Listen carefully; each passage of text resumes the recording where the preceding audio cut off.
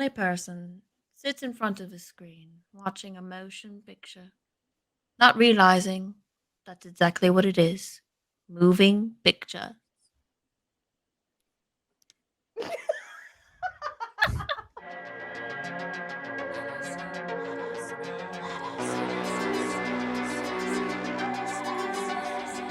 I'm Emma of The Impact. I'm Crystal, aka Creepin It's Spooky. And I'm Justine, aka JustineUFF. And today we're talking about cinematography. Welcome back to Let Us In Podcast. We have our guest with us. Bryan, please introduce yourself. Hey, thank you so much for having me on, you guys. I love this. I love all of your separate accounts on TikTok, and I really love what you have to say about horror, and I just love the horror community out there as well. I'm Bryan. I'm also known as All the Movie Things on TikTok, and I talk about literally all the movie things. So, And we'll have your links linked below. So go check him Cool. out. no, thank you. And I also love your stuff. I feel like on TikTok, there's a lot of us that like to talk about movies. There's a lot of us that Right. like to talk about specific movies, like horror, like us. hmm We talk a lot about horror. Yeah. But I like all film, and you seem to be very much in it. Like you're very aware of a lot of the technical side of things, and I've always been right there in your DMs trying to learn from you. So I'm so happy that you're here with us to talk about No, thank you. I cinematography and horror. appreciate it. As somebody that has never been to film school or worked on a film set, like a lot of us, or like a lot of people that like to review and discuss films, we have an idea of what a cinematographer does. They work with lights, they talk about lenses. hmm But What is that? Hey, hey, lenses zoom in and out. right. Got it. Okay. That's what that was. If you saw something else, that's on you. And but- all of you watching. But it becomes convoluted for people that haven't studied the techniques of film, that haven't worked on a film set, which seems to be the best way to know. And you have worked on film sets. Mhm. When it comes to looking at the beauty of a scene or even a still shot, how much of it is the cinematographer and how much of it is the director? Like, let's say I want to shoot a scene that's Yeah. scary. The person that I'm shooting is looming, ominous. So the person that decides, oh, well, we're going to shoot from a low angle, so the person seems here, and we're going to shoot with a subjective or objective camera, all that stuff. How Right. much of that is the cinematographer and director, and does it depend on the movie and the individual that's working on the film? That's a really great question, because you kind of nailed it too. You kind of hit all those Thank things you. that it really needs. It really is like, that's one of the reasons I love film and filmmaking, because it is such a collaborative thing, because it is like a lot of it is the director and the DP, and their relationship is so important. And one of the first things that a director will get, or like one of the first people they'll bring on, is usually a DP. The director has to communicate the vision to the cinematographer. But then it also doesn't stop there. Like, a lot of it is production design too. Building those sets. How do you want those sets, and like, how do you want the set to rest, set decoration, and all those things, and props, and all those add to it, and that just helps with the cinematography. It was one of the things in film school they always told us: don't go and shoot in someone's bland apartment. It doesn't add anything to the scene. Add things to it. Try to embellish it to an extent. That's what a lot of production design is, trying to create this physical world. And then the cinematographer comes in, adds more onto it, and brings it to life with the camera and the lighting. And it's just an insane amount of teamwork, because the cinematographer then has their own crazy team, grip and electric, camera, in the camera department. It really is like a little bit of everything. A lot of it does come from the director and the DP working together to like move that forward. It's so interesting that you said all those different things about how they all work together, because one of the things that I find hard for me when I'm saying like, oh, I like this movie because of the cinematography, in my Right. mind, I'm encapsulating a lot of other things that aren't necessarily cinematography. They're probably more like costume design or Yeah. set Yeah. design. Totally. Yeah. But because the way that it's filmed, those things just seem so much more beautiful Yeah. or noticeable or on fire, I guess, for me. Mhm. So to me, it's like, it's the cinematography. Yeah. And perhaps I might be wrong in some of my picks. Maybe it wasn't the cinematography. On the same way. Me too. So, yeah. Go ahead. So I was researching actually a little known cinematographer. I don't think even you're gonna know him, Brian. So I don't know why I picked this person. So I looked up best cinematography of this particular cinematographer, and Yeah. I noticed a similar theme of the still shots. It's a silhouette of a person with I might be using this term incorrectly. We'll get into it later. A Mhm. long shot. The camera's far away from it. Yeah. The Yeah. silhouette. Roger Deakins. I don't know if you've heard of him. Yeah. I almost spit So that how drink much of out. that is how much of that for those that don't know, on TikTok, all the movie things, if you want a Roger Deakins stan account, Brian is the one to go to. Yeah, that's But how that's much of me. that is I love because that man. it's in different films from different eras. So Yeah. it's Yeah. interesting how we think of directors that have like Tarantino, Tim Burton, ones that have like an obvious certain style, even Mhm. though the director doesn't actually do that actual job. So how Right. much?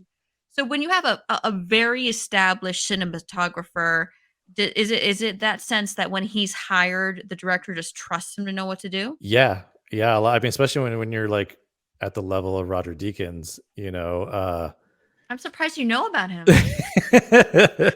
yeah, like I've That was been really hearing good, about though. him. Yeah, so I did not expect that. That's pretty Deep good. cuts. No, you're so right though, because he does love to silhouette a lot of actors and stuff, and a lot of times that can be when you're a new cinematographer, that can be scary to like trust that. But he like loves that to play with that. Like one of my favorite scenes in Skyfall is the opening scene. It's just like of a blurry hallway, and you see like the opening at the end of the hallway, and this figure comes in silhouetted into frame. You know exactly who it is. You know what I mean? But you don't know. And then he walks forward and his face is lit up and it's Bond. And you don't see him the whole time until he comes into a close up. And it's just such a great way to introduce Bond in that like few seconds, and he does stuff Kind of like like that the in a lot of his intro when films. it had like the barrel of the gun and there's Shirley Yeah. Bassey singing her song. It's kind of like a tribute to that Yeah, almost. exactly. No, totally, exactly. Yeah, because it's like this long barrel shot down a hallway, very similar. So, and a lot of times it's, a lot of DPs will collaborate frequently with a lot of directors. Like he's worked with Sam Mendes a lot. He's worked with the Coen brothers a lot. And so they just have this, yeah. I mean, a lot of Coen brothers films are shot by Deakins. But it's the same thing with like Greg Fraser or Hoyte van Hoytema, Manuel Lubezki. They've all worked together with the same directors time and time again. A lot of it is that too, just finding that one DP and you like want to hang on to them because the working relationship is great and you know exactly what you're going to get with them. I actually didn't even pick a Flanagan film, but he's like that. He likes to cling to his people. But Yeah. he goes as far as like he's got like a crew of people, like all the way down to the family. acting group. It's a Yeah. family for him. He always uses the same cinematographer. The cinematography on Mike Flanagan stuff is just Yeah. insane. My favorite is Dr. Sleep, actually. And the only reason we're not talking about it Yeah, I today did like is 'cause that. I talk Yeah. about that movie so friggin' much. I was like, It was good. Yeah. I'll talk about something else. If you're for the average cinematographer, if that even exists, if you are not a big name like Roger Deakins, but you've worked on films before, you have a certain resume. Yeah. When you walk onto the scene, I usually hear them talk about lenses, what lenses they want to use for the scene, lighting, where the camera's going to go. But what is kind of a very generalized idea? If your job is a cinematographer, what do you do on scene? And how much of that is you have to communicate with the director first? Yeah, you know what? A lot of it is already planned ahead of time. The director and the DP really communicate and work out those scenes way ahead of time. And then even when you're on set, though, you start to do things like blocking because like the set might be different What's or the blocking? location. So blocking has to do with where are your actors, is your camera in relation to those actors, and how are things going to move in that scene in relation to everything as the scene plays out. So blocking, you'll practice that where actors are going to move from one mark to another and where the camera's going to move as well. So you'll practice that kind of blocking. Also, that has to do with like props. I'm going to pick up this prop here. One of the like masters of blocking, Spielberg. He loves playing with the depth that he has and the space that he has in a scene. So a lot of times he'll have people, the camera will barely move a lot of times. And Is that what a static shot is? Yeah. So a lot of times the camera will be locked off static, or it could be just like a slow dolly going left or right or whatnot. The scene play out in a wide, and then he'll have one or two people end the scene in like a close up. And it's just because like they're walking towards camera, and there's like some kind of dialogue or there's something happening. But he does that a lot. That all has to do with like blocking and how the actors move in the scene. But all that stuff's planned ahead of time. So since you mentioned that's a Spielberg thing, so cinematographers that work with him, just a regular thing, they already know that's what he's gonna want? Or is he one of the I know some directors like Hitchcock or Edgar Wright are like very, very strong storyboarders. Like everything is drawn beforehand, but some are not. If somebody's not a super storyboarder, then how does that work out? Do they lose a lot of money if they're not like strong storyboarders? Because you got a lot of people that come on to a set, right? It's amazing how many directors don't storyboard. It's kind of funny. I think there's something to it. And sometimes they'll even literally bring the storyboards on the set with them. You know, is that what the dailies are? What are the dailies? No, dailies are like what you do at the end of the day. So it's like what you got in the can for that day that you shot. You know, a million ways to skin a cat, right? Why would you want to though? No, right? Yeah, it's just there's like certain things they're gonna do differently. Like maybe a director is gonna let their DP do a little more. Maybe there's more collaboration on set with the director and DP, or maybe it's more the director actually directing things more camera. And there are some directors that have been DPs. I mean, like on Green Room, for example, Jeremy Saulnier was a DP and came up that way and got into directing. He's been a DP / director on Blue Ruin. He shot and directed that movie, which is kind of crazy. Soderbergh does the same thing. Yeah, well, we watched Green Room for this episode. Somebody worked on that film, right? A lot of people. Yeah, a lot of people worked on it. Do you not want to talk about it? No, I'd love to talk about it. I did work on it. Yeah, it was an amazing experience. 32 days of shooting here in the Pacific Northwest. I'll never forget it. It was like a family, you know, like a real big family. We had a really great working experience. Cool. Most of my experiences on set have been really great. I've had like a few days here and there that have been bad on other things. I mean, there's one really bad one we did on a TV show here in Portland, and it was just a really long day. It was like a 22-hour day or something like that. And was it Young Sheldon? No, it was the Librarians. The Librarians? Yeah, it was the Librarians season 1. Bruce Campbell was there, so we had him on. So cool. So that was details. Cool. Yeah. I mean, I was barely like interacted with him, but he was really gracious and nice and just super cool guy. Yeah. Circling back to Green Room, 2 things. I have a complaint and a question. Okay. My complaint. So we're working at a club, right, where there's a lot of punk bands, and so there's a lot of graffiti on the walls. I didn't see one Deakin balls. That's so unrealistic. No way. There wouldn't be that. There wouldn't be millions of Deakin balls. That's like the most graffiti thing in the world. There's no way. I got the up close treatment of that set, so I can tell you there were plenty of that stuff in there. I know. I don't know if I took any pictures of those. I need a TikTok made where you show me. That production design team, that set deck, they were literally the ones handwriting, doing all those things, all those little pieces that you saw on the wall were hand done, and it was just a crazy thing that the exterior of the set was in a completely different space, and then the interior was on a soundstage, and they just like modeled it to be the same kind of shape as that building. And the exterior, they built a thing on the outside because like that was just like a barn, and they built these little things to go extend out to like emulate where the kitchen would be and the back of the kitchen, and you know where they like have to escape out the window and everything. That was built onto that exterior of the set. Set on fire. Yeah. But so my question, what is the best captain of the Enterprise, Patrick Stewart, like? And did you watch Beavis and Butthead with him because that's his favorite show? Or no, it is. That's insane. No, but he is exactly how you would think he is. Just the coolest, a true gentleman. Yeah, just the coolest. Like he was curious about because like so the first like few weeks fall here in the Northwest, and it was just like dumping a lot of the time that we were shooting, and of course dumping is that a northwestern thing for raining or snowing? Yes, for raining. Like, okay, whatever. It was raining quite a bit. Dumping. Yeah, just dumping rain. That's Canadian for snow. So okay, gotcha. I get that. Yeah, it's like dumping rain. Shit in your pants for New England. So. But so I was wearing like. I love your look on your face. You're like, I don't think so. I don't think so. So I wore like head to toe, basically Eddie Bauer stuff to keep out of the rain. A lot of good rain gear. And he was just sitting down in his chair.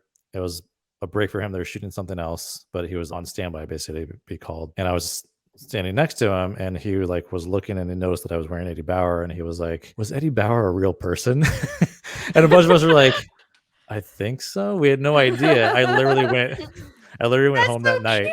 I did all this like Eddie Bauer research for him, and I came back the next day. Was he a real person? He was a real person. Yeah. The funny thing was, like, he was trying to do an American accent, and it was like, I think it's only like the third movie he's done an American accent. And I mean, it's Patrick Stewart. It still doesn't really come off very American. It still sounds very much like Patrick Stewart, but Yeah. I mean, he's he John was Luc still, Picard, who's a Frenchman who just yeah, they just had him keep on going with the British. exactly. And Yeah. then, So, you know, yeah. great actor though. Yeah. And he did great for us. And like, we only had him like 3 weeks, I think, for shooting. Might have been 2, but we had to shoot all of his stuff first. Oh, he's in it quite a lot. Yeah. Oh, Yeah. interesting. Yeah. Yeah. So all the stuff you saw with him, we shot first, and then he had to go. I'm a huge Yeah. fan of Anton Yelkin, so it was really sad to see him pass. But he had Yeah. starred Yeah. in this movie as well as Fright Night remake with Mhm. Imogen Poots as well. Yeah. Yeah. What are those two people like? They're great, especially Anton. He was just a really good person. He and I actually like would have like conversations. I talked to him the most out of anyone as far as actors go on set, but that's just the way he was though. Like he treated everyone like an equal. There's none of this like. Then that's kind of the way that set was though. It wasn't really like a lot of ego going on or anything. Even with the director, it was great. Jeremy Saulnier is really awesome. That comes across in the film. Oh, that's The good. film Yeah. is like a quiet brutality. That's what I really like about Yeah. It is. Yeah. it. For Yeah. being So a punk rock band, no, centric, totally. you're Like very how. loud here and there. I mean, Yeah. like the brutality itself is the sneaking quietness that happens. It's Yeah. very. Yeah. I love they had the fascinating balls moment. to do it. I'm a big Dead Kennedys fan, so the fact that they did a Dead Kennedys cover was Yeah. it And was they superb. like learned how to play all those instruments too. And They then did? yeah, and like one of the Really? rap parties we had, they played for us. The Ain't Rights played at one of the rap parties, so it was pretty good. Yeah. That's so cool. But yeah, no, Anton's awesome, and Imogen was sweet. It's funny, she'd go back and forth between her accents. She'd have her normal accent, and then she'd British. switch on her like American accent. Yeah, She was also in 28 Weeks 28 Later. weeks later. Yeah. yeah, yep, My jam. yeah. I love really her. like I think Imogen she's Poots. great. I also liked her in Mhm, that she's great. recent film she did with Jesse Eisenberg. Oh yeah, Vivarium. Vivarium. Yeah. Vivarium, yeah. Yeah, I liked that one too. I know that one's not super popular, but I Yeah, still it liked it. looks That was good. a really interesting story. It was, Cool concept. Cool concept. Mhm. yeah, a lot of screaming child though that I just could not handle. A little I bit. didn't like that. There's a moment in Green Room when he gets his arm cut. that Oh Mhm. God. Yeah. Oh that yeah, Sure, is it yeah. hacked up? Yeah, Completely really hacked hacked it up.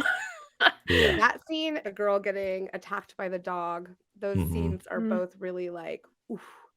And they happen. And again, it's what I mean by that quiet brutality, where there isn't this normal buildup to it that you expect.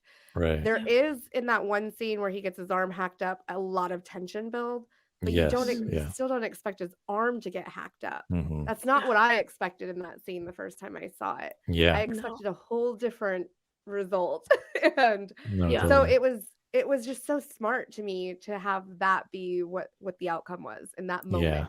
Mhm. Yeah, it's like and at that point in the film too, you're just, oh my god, like I mean, it's so jarring. And like that's the thing with what Jeremy Saulnier wrote that too he loved. Blue Ruin, there's kind of some similarities in Blue Ruin. They make mistakes, you know what I mean? Yeah. They don't have everything figured out. They don't know what to do. You know, they're just trying to figure it out as they go. So you're gonna make mistakes and everything's like, what do you do like, in this terrible situation in real life? So And it's having Patrick Stewart be the villain, he's so yeah. beloved and Yeah, that's relaxing exactly and refined that Yeah. you Mhm. don't expect or want to believe violence from him. So Right. it almost makes you sympathize with these protagonists who are making dumb decisions and kind of trusting him because you're like, Yeah. I mean, Yeah. I kind of would too. Yeah, That's right, no, weird. exactly, yeah. too, yeah. Way he Yeah. talked, yeah.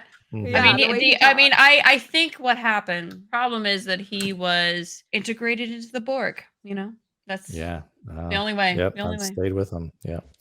Borg Queen. Oh my God, both Yeah. of them. Yeah, and that was like the effects in that too. We had an Academy Award winning makeup artist. A lot of that stuff was practical. We did a lot of practical stuff. So like the shotgun blast to the face, that was done Mhm. practically. You know, that was like just a really slick edit, and then mixed with makeup and like then a shotgun blast. You know, I think they may have added some stuff in post for the shotgun blast, but from the time like Another moment I did not see coming. yeah, no, exactly. It's so jarring in the film, but the thing is, like, Yeah. it's just like camera and editing magic that they did, and the makeup was incredible because I was literally would be standing next to him with this insane shotgun blast makeup, and it was onto his head, and it looked heavy, but he was just like drinking and like having conversations and stuff on set, just like with his blood So cool. and just this gory face blown off kind of makeup. I want to do a horror movie so bad with you now. You put that seed in my head. I don't know anything about this. Like this whole episode, I'm just learning. So I'm not No, but directing anything. I have a question for you. I don't know if you have this interest, Crystal, but if you're somebody that is aspiring to make a movie, right? And you kind of picture like writing and primarily directing, right? I don't Not know. directly. This is all hypothetical, like just like the idea. Sure. Yeah. So like not knowing a lot of the technical stuff, if you have the right team and you're Mhm. fully in it, you're gonna do a lot of work. It can be done, Brian. Yeah, no, totally. Cool. Done well.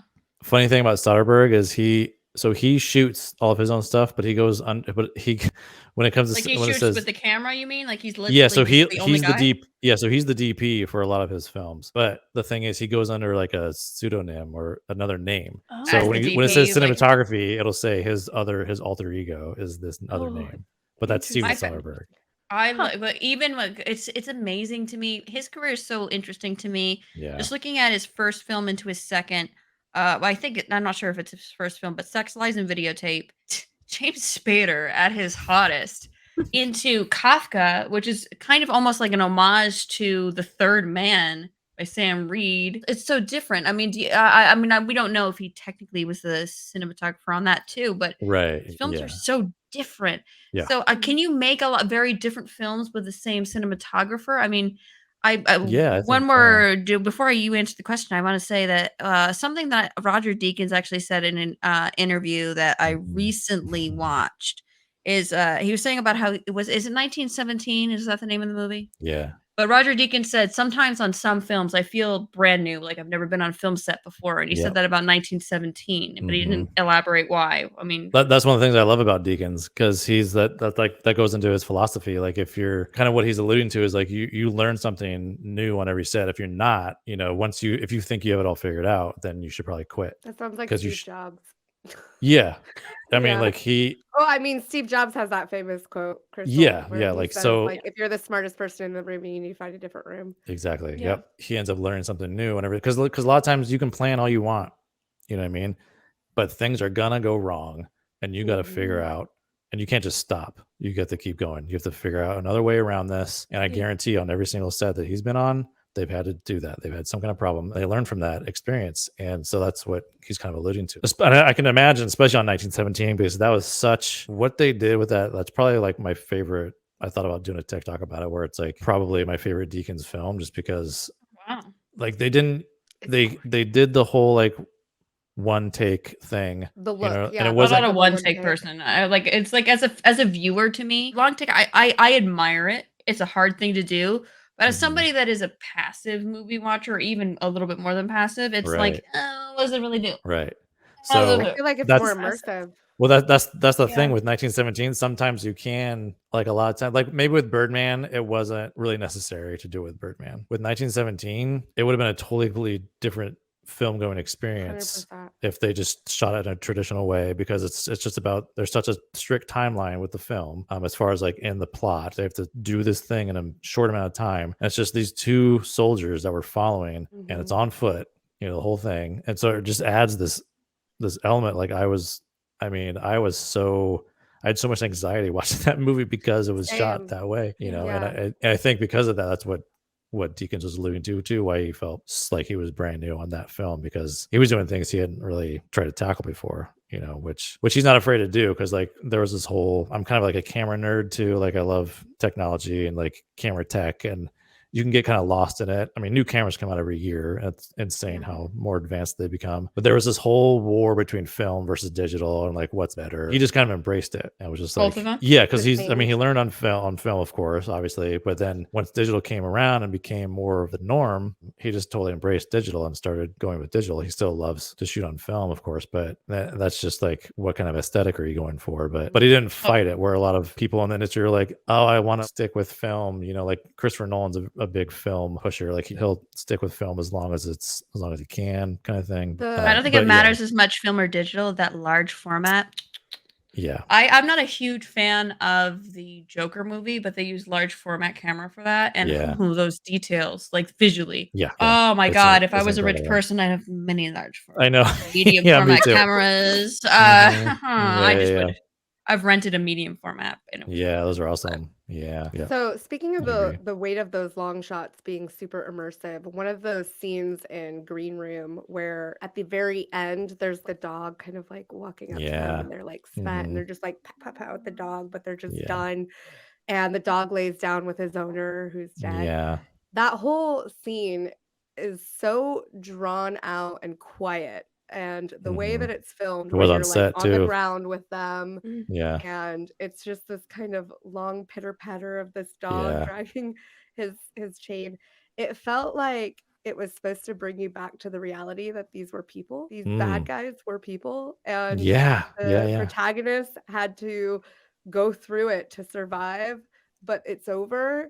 But that quietness, it's like it let the whole movie just kind of marinate at the Yeah. end. Yeah. For Like, sure. what the fuck? I'm hungry No. now. Yeah, Delicious. I know. No, you're totally right. Like I love Yeah. that scene, and like I was blown away by the dogs on the set. They're so I'm like, how are these dogs acting? Given it, I mean, it was insane. Like those dogs are so cool. We did have a puppet dog too. Oh, There's really? a puppet used for like so when like there's a close up The of the throat. neck. That's a puppet. Yeah. Interesting. But yeah, that was like so impressed with that dog. Like on set when we shot that, I was already feeling things. Yeah, it's just so amazing. And then when you watch the movie too, just like, yeah, you nailed it. These evil people are still people too, you know, like, and there's just all this humanity all of a sudden that just Yeah. got decimated. Yeah, you totally nailed it. The dog really showed that, because Yeah. at the end I'm like sad for the dog that he lost his owner, I but that know. was not a good person. Yeah. Yeah. I'm a bit of Yeah. a cynic because that's a toxic relationship. Because he was the one that It injected was, no, totally. the dog in the beginning. The dog wouldn't Yeah. have died at all. Just Yeah. saying. No, Yeah. right. But it would just it also highlights like how great dogs are. Yeah. Their Yeah. their know. unconditional love. They're better than Exactly. us. Yeah. They're better than us. They're the Mhm. best. All the characters are just so well done and so Yeah. dynamic. The underlying stories and plots that are happening throughout the film didn't feel like they didn't belong. Whereas sometimes you're like, okay, how much can we throw into this movie, guys? Like, Yeah. Yeah. Yeah, exactly. it felt like such a realistic. That's why it had It that did. quiet brutality and that grounded feel and weight to it every moment of it. And the way that they filmed it, it definitely spoke to that. The lighting, everything being very green. Yeah. Like- Yeah, there was a Yeah. very green hue to everything. And some of that is cinematography and some of that could be in the color grade too. So there's a Mm. post process that the cinematographer will usually be pretty involved in. That's when you like do your final color grade and you can like Mhm. start to create some of the look also. You try to do as much in camera as possible with adjusting. I can't believe we aren't talking Hue about Bram Stoker's saturation. Dracula this episode, because I didn't even think about that. Like every time I talk about that movie, I'm talking about the cinematography and how it's all done in camera. Yeah. And I didn't even think, oh, we should talk about that this episode, because cinematography. We keep missing. For We didn't sure. even talk about it in our vampire episode. We're Oh, completely funny. slipping. I know, because I had Yeah. talked about it already like twice. Like that. Well, when we had talked about it a lot before we recorded, but we Yeah. talked about we mentioned long shots quite a bit, and I know there's a long shot in the dance scene in Last Night in Soho, which Yeah. Mhm. picked Last Night in Soho for cinematography. I was interested. Why? Yeah. Yeah. Yeah, that's a beautiful movie. Mhm. Edgar Wright's one of my favorite directors. Yeah. I love, yeah, the stuff he does is just Yeah. so. I really love that movie too. Last Night in Soho. From a cinematography perspective too, it's just a gorgeous looking film. I mean, it's so crisp and just it feels different than a lot of his other stuff. That particular scene was like a mix of practical stuff that they were doing on the set with like camera tricks. There was some editing stuff involved in there too. Like they had like this really tricky thing that they were trying to do where the two actresses would be like off camera and they had to like really plan their choreograph their moves, but there were some specific moves that they couldn't do that, you know, so they had to like do a post kind of thing where they did some visual effects to some of that stuff, but Leave to it help to it post. appear. Amateur. I'm joking. Yeah, there's a whole like saying, you know, fix it in post that we try to avoid saying. Like, don't, if someone says that, then they're just being lazy. So Don't you ever really fix it in post. try, Yeah, like, you really always try to do as much. do it on camera. Yeah, as much as you can. Yeah. Amazing. I Yeah. honestly thought it was the opposite. This is so cool to learn all this stuff. Yeah. I've done as as film all the time. well. I've done as a hobby, and I used to do to make extra money. Sometimes they do headshots for like business or like Yeah. somebody's Yeah, LinkedIn yeah. or something like that. Yeah. Possible in post, but there's a certain thing that's lost when you do it in post, even if you're Yeah. really good at it, and you can't really Yeah. place it all the time. One thing that it bugs me in photography, which I think it translates into film, is sometimes when a Mhm. shot isn't lit very well, and people are like, "I'll just Mhm. boost up the contrast and make it black and Yeah. white." Oh my god. Yeah, yeah, right? Oh my Yeah. god. Like, no. Or when people are like, should this print be in black and white or should it be in color? And this is me gonna sound super snobby, and I guess me being super snobby. When you shoot a photograph, and I'm gonna assume film is similar, you are lighting it to be color or Yeah. black and white. You don't figure it out in post. Yeah. Like I know the Mhm. Addams Family, a lot of the back, because it's shot in black and white, a lot Yeah. of the background is pink because Yeah. they wanted the black to really show up It's the because the same pink thing is in such a light WandaVision. gray. Same thing in Really? WandaVision. Yeah, WandaVision, they had the colors were even Paul Bettany's like makeup and stuff was completely different because it was for black and white stuff. Is that Vision? Is that who that is? Yeah, Yeah. exactly. Yeah, for Vision. Oh yeah, Johnny That's Depp's so friend. That's cool. all I really him, and he's Vision and he's friends with Johnny Depp is all I know. What? I Oh, know, No, it was The Knight's Tale. I know. oh, I never saw that movie. I so. love Paul Oh, Bettany. either. Yeah. He's in a lot of he's like such a good.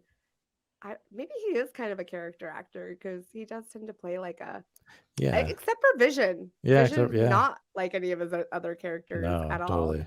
Yeah. He's But before we much- talk about more Marvel, Mm. Brian, stop trying to influence us into talking about Marvel. Stop it.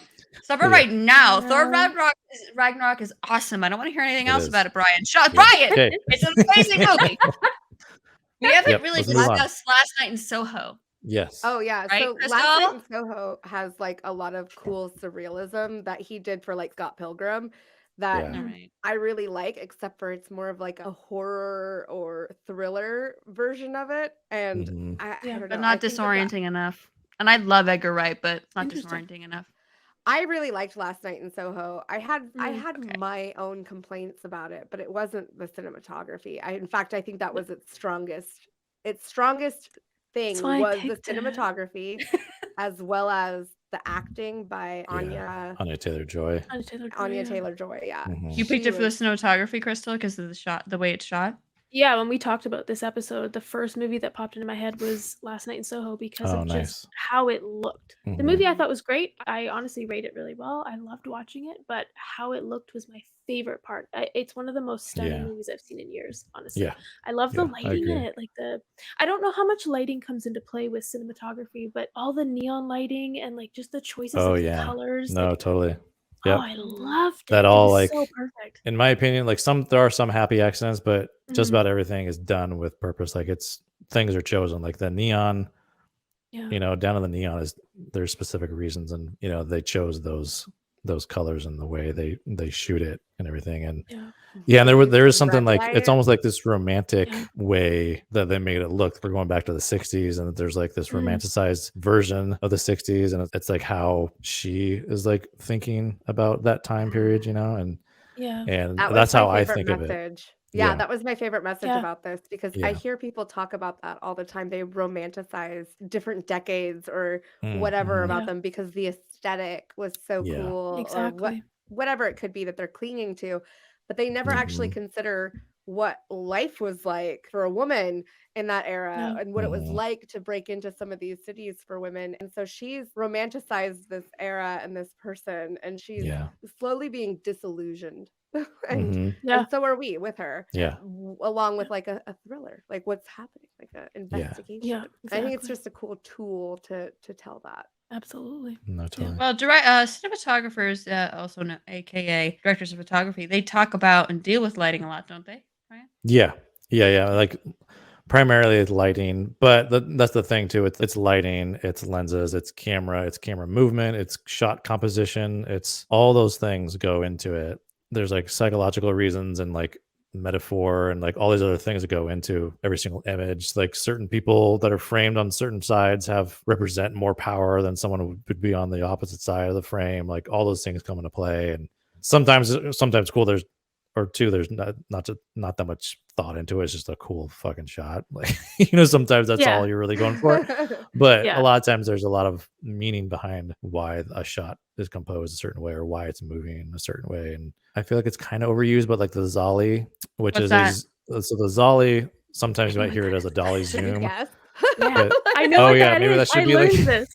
oh, you did? Oh, awesome. No. Yeah, so I the do. Zolly. I do. Yeah, do you want to say what it is? Go ahead It's and tell when us. the camera zooms in as it's being pulled back, so Yeah. it creates like kind of a like vertigo. Is that what happens in Yeah. Jaws? Yep. Yes. Yeah, that's just a Yes. fast The Zolly. really, I really love that's Yeah. that. And also another movie, Mhm. Crystal, was your pick, is The Shining. Yeah. Yeah. Yeah. Yeah. And sometimes like there's one in Goodfellas, actually, it's a very slow Zolly. It's a Ray Liotta, R.I.P. and De Niro in that diner, just like it's like a two shot of them and it's pushing in, but there's a Zolly happening. It's just a very slow Zolly, so the background's kind of like compressing at the same time that they're pushing in, and and he's telling them like certain kind of news. There's certain Yeah, it's information always that's a being. realization happening. Yeah, of some exactly. sort. Like Yeah. they just chose Like to do it very the slow world at is that point. closing in on you, kind of Yeah, a feel. yeah, and you can do it either way. You can do it pushing in or going back as well. So as long as you do the opposite with the zoom, Yeah. basically. Yeah. So Push good in or job. out I and then love zoom that. it or out. Yeah, Is yeah, that like yeah. combining the love word that. zoom and dolly? Oh. Yeah. Yeah. Yeah, I would have gotten there if we would have Yeah. Yeah, That's the when I thing did too. There's like research. all these like cool tools, like there's like sliders which can emulate dolly moves, or there's like the actual dolly, which you need like a Mhm. dolly, you need like a crew to run an actual like Mhm. dolly system and So is a rails dolly and like it's like a track of like where the camera so can there's move? yeah, and then like Yeah. there's like this big cart that the camera goes on. A lot of Got times the wheels? operator, there's wheels. Someone has to push. There's a dolly grip. That's the name. That's the title of the person that has to push the dolly and operate the dolly or Okay, pull the isn't dolly. there like a grip boy or something? So there's a best boy grip. Best boy grip. There it is. Yeah. I love the name of that I always job. picture somebody Yeah. like Jimmy Olsen from the Superman Yeah. comics, like being best boy grip. It's You know? funny. That's kind of where it's Oh. kind of connected, not really literally to Jimmy Olsen, but where the term came from was kind of like, and I could be misremembering this, but back in the day, the early days of filmmaking, you sent your best boy to go retrieve something or go do this job or get get this thing or do whatever it is. Send us your best boy, and it always became some grip that would run off and do it, and so that became the best boy. And it's like a certain kind of rank. Fritz Lang has a scratch in an inconvenient place. Bring your best boy. Exactly right. That's how I picture it too. It's like them talking like that real fast, and Bring your best boy. The Shining, you were alluding to, Emma, is definitely one of Crystal's picks, but that film has a lot of trickery going on in it. It does, yeah. Lots of trickery. That's literally my favorite movie of all time. I love that movie. It's And really I don't great, know. yeah. I don't know. I did some research. I don't know how true this is, but there's a gentleman There's- named you Eric. can say that on everything with The Shining, though, right? Like, Well, who that's knows true. what's true or not with that movie? That's true. So the cinematographer for The Shining was John Alcott, I think it was. I think it was John Alcott. But there was something that was created that was called the Steadicam, and that was by Garrett Brown. And I guess this is what they used for when they were following Danny Torrance down the corridors of the hotel. And I guess he was in a wheelchair, and they like somehow managed to fasten this camera, and they just like pushed him in a wheelchair behind him, so they could This is keep when up with Danny's his little biking down the tricycle. hall. Yeah, when he's on his Yeah. little bike. And so that was able, So so they could cool. keep up with him and just follow him around the corners so Yep. like smoothly and like fluidly. I Yeah. think that's so cool. I think that is true because I've heard that too. I think there may be Okay. photos of that. Okay, maybe probably. Yeah. The thing is too, like that's such like a old school like DIY way to do Yeah. things. Is like we've literally, I mean, that's shit we used to do in film school. Yeah. Get on a totally. chair or that's something with the wheels and just Yeah. hold We've the addressed that a camera. lot when we talk about horror because that is very common in the horror genre. It is. There's Yeah. not typically a lot of funding or money or people Yeah. that could Mhm. do all of the right things, so they Mhm. tend to innovate quite a lot more Yeah. and It's, do all those DIY things. mhm. I know. Sorry. I don't know if he was the DP or just one of the cameramen. He was the DP. They created kind of a makeshift camera harness for Halloween to get the POV shot. Like Yeah. there was something that Oh, okay. existed to get that, but it was super expensive, so he created like the harness to do Oh, the yeah, yeah. beginning POV shot when Michael's a little boy and kills his Yeah. sister. Yeah. Gotcha. Yeah. Some Freudian And rage. John Carpenter and Wes Craven were pretty well known for asking for some pretty crazy stuff. Oh, yeah. Yeah. Yeah. I've been watching a lot of Stranger Things behind the scenes, and it's interesting how the Duffer Brothers, they wanted to do everything practical effects because they're not doing Yeah. an homage to the decade of the 80s, but an homage to the 80s in film. Mhm. So then they found out how super hard it was. Like there's one scene where they Yeah. wanted to make an homage to Freddy Krueger when he's in the Oh, wall and yeah, pushes yeah. out in the wall, and they're like they couldn't do it. Even with all the money they had, like we That's just so didn't have the time. crazy. We Like, had to do it in post. And so they said wow. trying to do it trying to do it practically as much as they could and failing with it.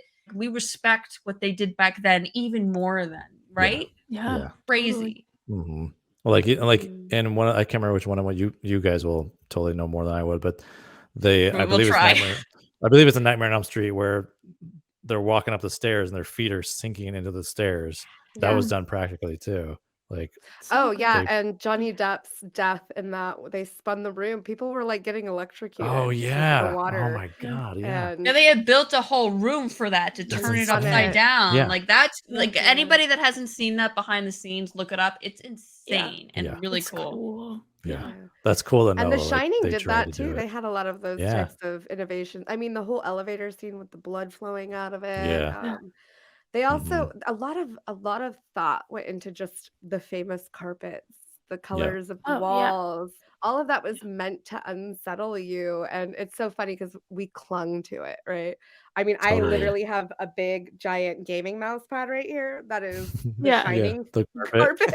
It was the carpet made Imagine. by the art production? It wasn't. I actually don't know this. Was it made by art production or was it already part of the existing hotel, which was not technically the Overlook? It But was made for the film. That was really, I something didn't know that. Kubrick specifically wanted to occur. He Mm. wanted a very unsettling carpet colors, walls. He wanted it to be Makes sense. very like off-putting and jarring to look at. So they Mhm. chose that busy carpet with the weird colors. Like, Right. well, it was But for still, the like, kind of hotel fit, carpet. but yeah, and yeah, the like, wall colors, Yeah. the yeah, for pairings that of kind of these hotel. things. Yeah. So I have a question for all of you, because who knows, right? Really, what do you think it's like being Stanley Kubrick's cinematographer? Stanley Horrible. Kubrick. I can't imagine it's fun. Yeah. I can't. Yeah, I can't imagine. And the thing is, I like, can't imagine anything on that set was fun. he's worked on a bunch of Kubrick films. John Yeah. Alcott has. So it's Did he do Full Metal Jacket? he did Clockwork Orange, Barry Lyndon, 2001. You did Terror Train. I No, know that. Ooh, Terror Train was Jamie Lee. Jamie Lee. Yeah. Ooh, not a The Kubrick film. Beastmaster, I think. He did over. Oh, he did Wow, Beastmaster? Are you Beastmaster. freaking kidding? Yeah. Yeah, John Alcott. Ooh, although I prefer the TV Under series because that's Fire. when he has the ferrets. Overlord. I burped Barry internally Lyndon. after I said that. Do you think All with of The his- Shining, this was more director or cinematographer? In some of those. Knowing choices? Kubrick, man, it was probably director heavy. Yeah, I Um, think so. I agree. Yeah, but it's hard to say because, like, I think parts of it were mostly Kubrick. I imagine how he wanted the camera to move, where he wanted the camera to go, how he wanted actors in the scene. I think that was going to be mostly Kubrick. But then when it came to like the look of things, like how things were lit, a lot of it's coming from the DP. So again, it's just like, even though it's Kubrick, I think to some degree, some of the directors are like this as well, just have their hand in like everything. Mhm. But I think there is still this symbiotic relationship between the DP and the director, regardless of who the director is. I It makes me wonder think of the this so sharks much. where there's like a parasite that feeds them and cleans them. Yeah, Yeah. exactly the same thing. Directors and DPs. One of them is the parasite, though, so we got to figure out. Yeah. Don't know who is who. Who's the parasite? So this is an example. Let's say I'm, big time, big britches director, right? Yeah. And I tell my DP, I don't know if how this conversation would go, but I'm saying, okay, this is a very serious scene, dark room in this cabin. I only want their faces really the light to really be on their faces. Maybe a little edge light, maybe a little, Yeah. but really on the face.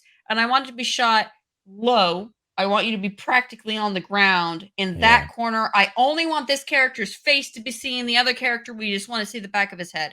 Is that actually a reasonable thing, or would that be considered heavy-handed? No, I think that's pretty reasonable. I think when certain things come into play is like safety, Oh, like okay, when yeah. safety issues like become a John thing. Landis. Right. Yeah, and yeah, I can't remember which film that was. Well, I mean, also there was the recent Alec Baldwin film where we lost Yeah, that's Too right. bad. the director of photography Yeah. passed on that. It's very And sad that to hear. was yeah.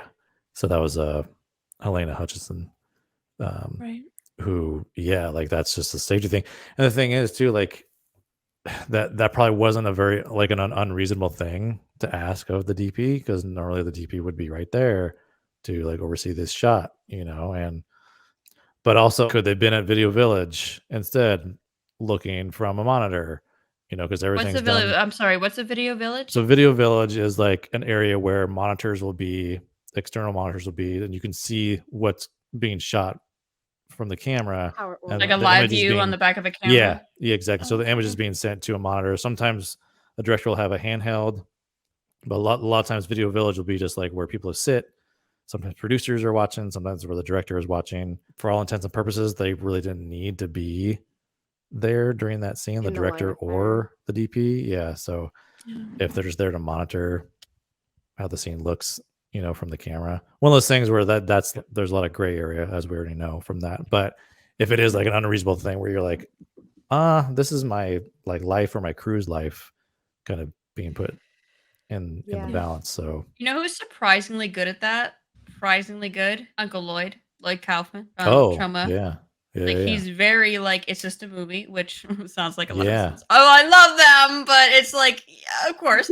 No, But totally. he's very, very adamant about the safety of his crew and his actors. I've heard that. Yeah. Mm. That's He's awesome. actually a pretty cool dude and adorable. Yeah. Like him and his Yeah. wife is like the same size as him, so they're like these little. Really? It's so adorable. Oh my god, they're so cute. So Brian, you're my DP. I want Let's do to it. get real close to this Mhm. explosion. DP close. And I don't DP close to this explosion, but I don't trust a Video Village.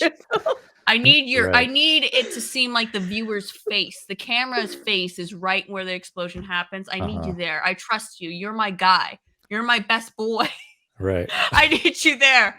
So is it common for a DP to state their reasonable boundaries? Like Oh, I yeah. really don't think I need to be there for this shot. It's Yeah. And like, I mean, there's unions too to help like, I don't know any director that's really gonna like Is do SAG, is that that. just for actors or is there like a crew? SAG is for that? actors. There's a union for pretty much everything except for visual effects for some reason. But They get the worst. I'm sorry. yeah. That's a different topic for another No, totally. time. Sorry. But yeah, like post effects houses get treated pretty bad. And then There they is- go bankrupt.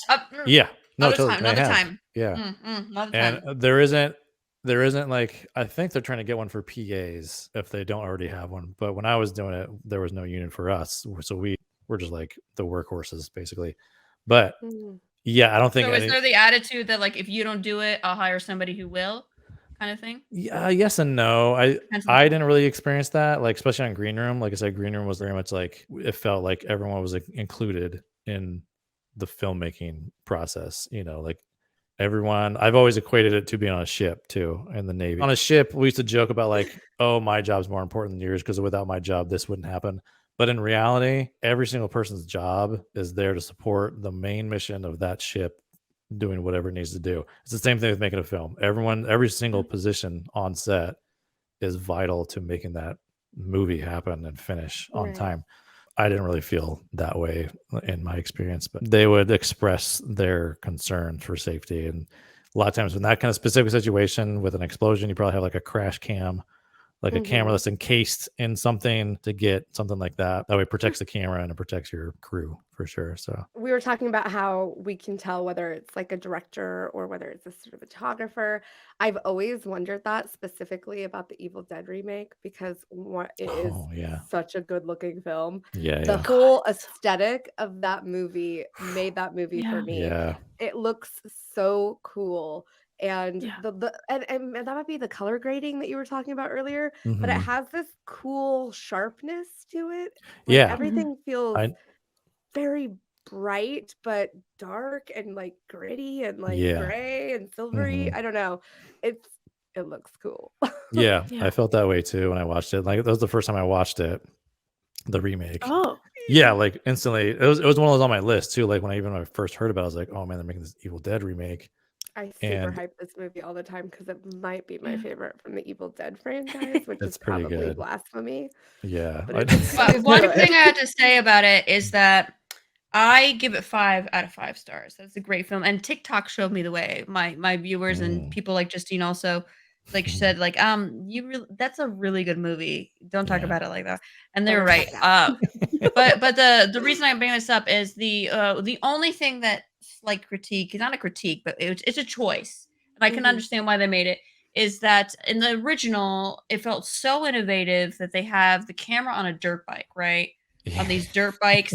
And I Right. had never before, well, not that I'd seen a lot of movies the first time I watched The Evil Dead, seen a camera itself, POV, break through a door, break through a window. I'd never Mhm. seen that before.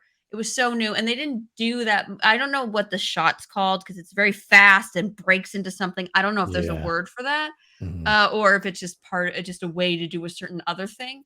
Yeah. But they Very didn't. Sam They Raimi. did do it a little bit in the remake, but they didn't. It was only a little bit. It was a touch, which I understand. They probably Yeah. wanted to do their own thing.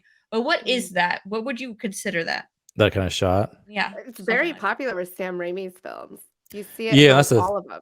yeah, and I think what they were trying to do, and they, of course, it's probably done a completely different way now with how advanced the stabilization technology is now, and which like in Raimi's it was not that stable at all, especially if it's on on like a dirt As an bike. Right. independent Yeah, film exactly. That too. thing's getting rattled, and there are some ways you can fix that in post too, but again, you try not to. Yeah, it's a good question. There is no like name for that. I think one of those things is it's one of those things where like maybe Raimi described it, and maybe he could have like shot something himself in a way to like help the DP know like what he's trying to get across. Because again, Mhm. he's like inventing this kind of shot, and it is like such a Sam Raimi thing now. You know It what I mean? is. Like, It feels like a paranormal POV. yeah, yeah, because it's This like kind of moving around, and it's like it so shoots through the woods and then yeah, into the it's so window and like fast and yeah. it's Mhm. like smooth but shaky at the same time. Like it's such a like unique It's thing. so fast. Yeah, I saw the behind the scenes of one of the shots they did in the remake, and what they did, I don't know if it's a common thing. The camera was almost on a bungee and shot. Right, it's the time when Mia's hand is cut off oh god. with the car when it's stuck under the Oh car, my god, and they yeah, show the Oh camera yeah. that part. going. It's almost like a bungee because it goes down and up, down. I've never seen Yeah. that before. Is that Yeah, yeah, a yeah. That's the Raimi. I honestly think that was an homage to Raimi Yeah, for because Oh, sure. yeah, Like, no, yeah, it's yeah, very yeah. yeah, intentionally shot like one of Yeah. those scenes from the original. So it's probably a yeah. lot of Yeah. cable work they did. They probably rigged a bunch of cables in the woods, kind of recreate Raimi's shot that way without having an operator. It's all done remotely, and they just launch this camera on the cable, and then they can They like do it weave it to the around. woods too. They Yeah, like shoot yeah, it through the Yeah. woods to her just like they do in the original yep, where this Yeah. entity is coming for her yeah, basically. exactly. Yeah. Yeah. Yeah, it's cool. So I The imagine it's all lighting cable though is work. just incredible. Like Oh, I the don't Yeah. lighting is understand how they pull that perfect. off. It's Like so good in that one. especially when Mia is possessed and the way that her lighting is done and makeup is done Yeah. in such a way she definitely looks dead. She looks Yeah. dead Yeah. like alive for sure, like Dead fully Alive, like another great movie. yeah, dead Yeah. alive. Yes. I mean, you could tell like there's this inhumanness to her now. Her skin's not the right color anymore. Her eyes are not the right Yeah. color. The light doesn't even hit her the same way as it does anybody else. It's Yeah. it's just really cool how they do that. And anytime someone becomes a deadite, they do that to them. They get that same treatment. And Mhm. Yeah. it's just Camera gets low evil. too. Yeah. Yeah. Yeah, I Yeah. was gonna ask about that. Like, is that a cinematography thing? Because we've talked about lenses, they focus on like Mhm. that kind of stuff, but the angle of the camera, because in the Evil Dead remake, there's so many floor shots. It's like the camera's sitting on Yeah. the floor, and like there's one scene where it's under the bed and you can see like feet walking in the room. Or a guy goes to open a doorknob to a bathroom and it looks like the camera's like at his knees, like pointing up at him. Like, Yeah. is that a cinematography thing? Like a Oh yeah, for sure. Exactly. Again, that just goes back to like camera placements, and camera Yeah. movement, and like where you want the camera to be. That all has to do with cinematography. Pretty much anything that has to do with the camera, where it's going to be, how it's going to move, all that kind of stuff is It's like all- associated with cinematography. Yeah. So we do God, they we got do such a like good job. focus. Yeah, I know it is a lot too. That's why there's So such a much. like massive team, Yeah. underneath the cinematographer. That's the thing too. The cinematographer is essentially like a department head, and they're in Right, charge of yeah. like all these other people. That's in the camera department. That's in grip and electric. What were some of the things about Evil Dead that surprised you on your first time watch? Yeah. Or that you noticed from a cinematography aspect? How crisp it was, really, like everything felt really crisp. I think about the Batman, for example, what Greg Fraser did with the Batman. He was able to like, and I've talked about this, it's a Batman film, right? And you think about like Nolan's trilogy, everything was pretty clean in that. Like everything was in focus, everything was like kind of shiny in a way, but it was dark. What they did with this one, they still wanted to be dark, but everything was like dirty. And like Yeah. and sometimes there was stuff on the lens. Sometimes things weren't in focus the whole time, and they really made it feel this like just a different kind of feeling. And I would almost expect like a horror film like Evil Dead to be a little more dirty and grimy, especially like when they're in this gross woods in this disgusting cabin. Yeah. But everything was like really I thought it was charming. right. Yeah, you could dress it up a little, like put some curtains up. Why? It's I'm sure, charming why as it not? is. It's rustic. Yeah. Oh yes, rustic. Yeah. That's like the word. demons. Yeah. What's Yeah. more rustic than some demon. esoteric demon? Sprinkled in there. I mean, Yeah. so do you attribute part of what you just described to, is it like a combination of the lens, the camera, editing? Yeah. I mean, it depends on the film.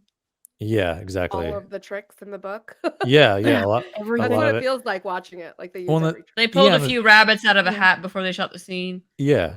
And the Sacrificed thing a is, virgin.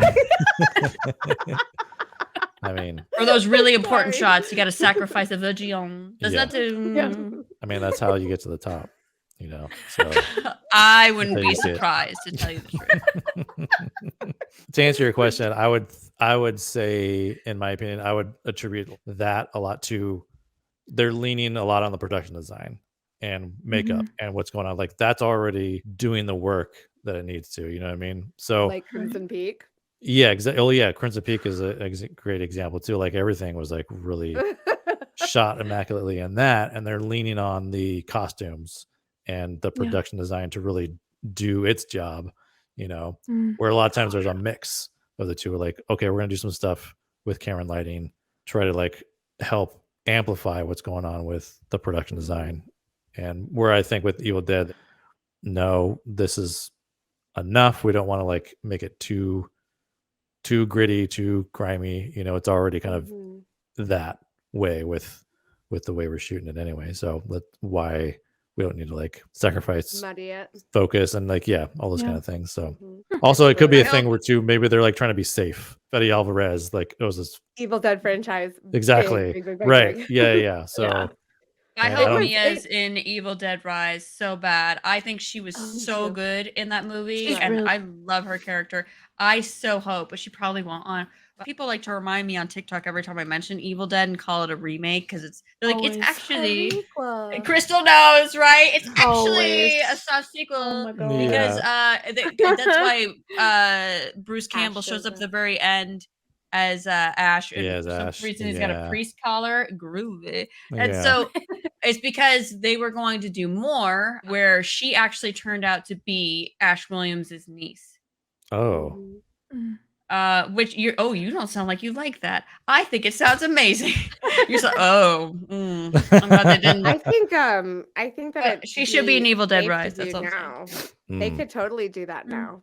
Totally. Because Who knows? this film did not garner as much popularity, I think, until recently. Mm. I think very much like Jennifer's Body, its initial reception was not good. I think Well, a lot the of people didn't problem even with give it- Evil Yeah. Dead is that it's a beloved soft sequel or remake. I'm just gonna say remake to make it easy. Prequel. Prequel. It's a requel of a extraordinarily beloved film that was innovative for its time, independent film made. You can't replicate that. Like no matter how good your film is going to be, And I it don't think can't he be tried replicated. to. No, Like, they I didn't, feel and like, that's why I think it's yeah, so good. I watched yeah. this originally. Gonna admit, the first time I watched this, I was on vacation, putting my makeup on, so it was on in the background on my phone. Okay, beginning of the film has that sepia. I don't know how to pronounce it. Tone that was very prominent in the early Yeah. 2000s. So my Yeah. and Evil For Dead, sure. along with Nightmare on Elm Street, is my favorite franchise. Way better than Scream. I don't mean that. I just like to say that to stir the pot. I'm just stirring the pot. Pot stirred. I Yeah, personally pot prefer it to stirred. Scream.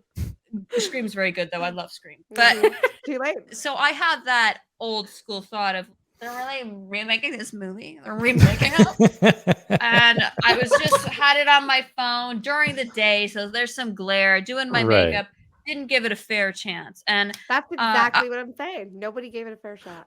now it's it's my second favorite after the first Evil Dead. I Wow. prefer it to Evil Dead 2 and Army of Amazing. Darkness, Army of even though I Darkness, love wow. all of them. Yeah, I love all of them Yeah. I love too. Army of Darkness. I can't decide whether I like Army of Darkness more or Evil Dead Remake more. Well, Mia, I thought it's like they really went in the right direction because you can't.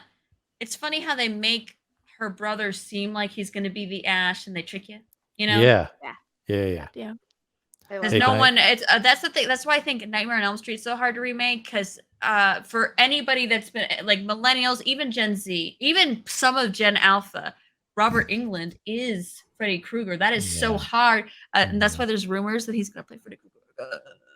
Of the Yeah. truth. Some But people really want Kevin Bacon, and I'm like, Oh, they're weird. the same age. I could see. aren't I they? could see it. Like, why would you? Interesting. Why would you trade one old guy for another old guy? I know. So Crimson what if- Peak. So Mia Wasikowski was the reason I got really excited about this movie beyond like Guillermo del Toro, because I really liked her in a film called Stoker, which is one of my favorite movies by Park Really? Chan-wook. Yeah. Really? What? Why are you? We'll talk always about it hating another on my time. opinion? Oh my God. Damn.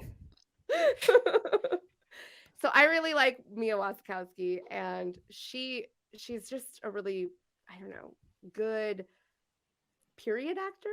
She was in Jane Eyre and Madame Bovary. I Mhm. really like period pieces, and she. I tends saw to the be Jane like- Eyre that was older that ran the same time in a specific theater that John Waters Flamingos was shooting. So whenever Oh. she was about to get hit by the train, oh no, that's Anna Karenina. I'm sorry, Anna Karenina. You hear Divine saying, "Someone sent me a bowel movement." Unrelated.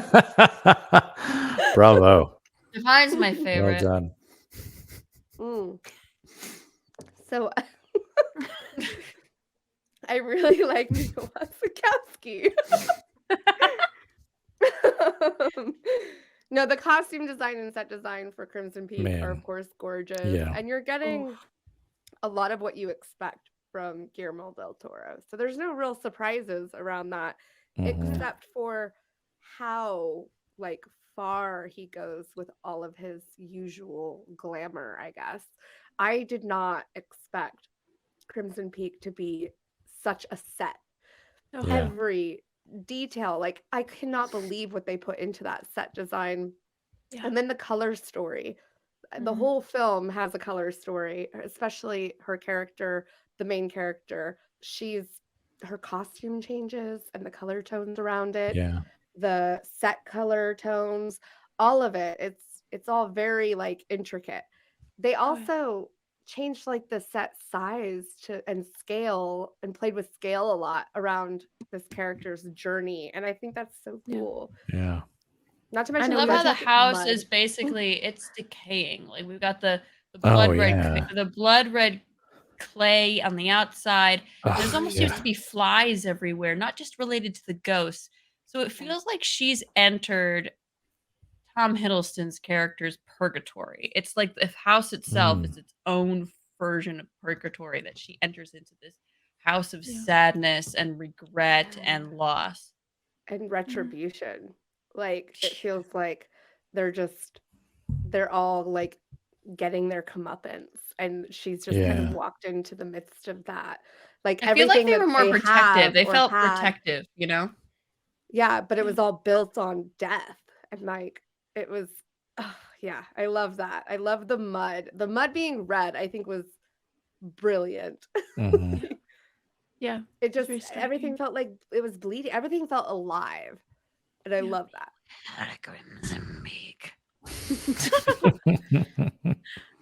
What Well, did you think about the ghosts and stuff in it, Crystal? like the This big was the red first time skeleton watch for ghost? you. Yeah, Yeah, so well, just this the whole look of them because they're very digital. I Yeah. know that. They I are mean, very digital. Chris- Regarding the furniture size that Justine brought up, Oh, yeah. I did notice like there was certain scenes where like I was sitting there and I was like, why does that chair look so big and she looks so small? And then we were talking about it in the Discord and you mentioned that and I was like, oh, that makes so much sense why some of these pieces of furniture looked massive compared to her. And I was like, why is this? But that makes Yeah. sense. Speaking of As the for the Discord, ghost, we have a Discord. oh yeah, So let's plug please that. hop in it. The Plug link will that, be yeah, down perfect. below. Jump on in.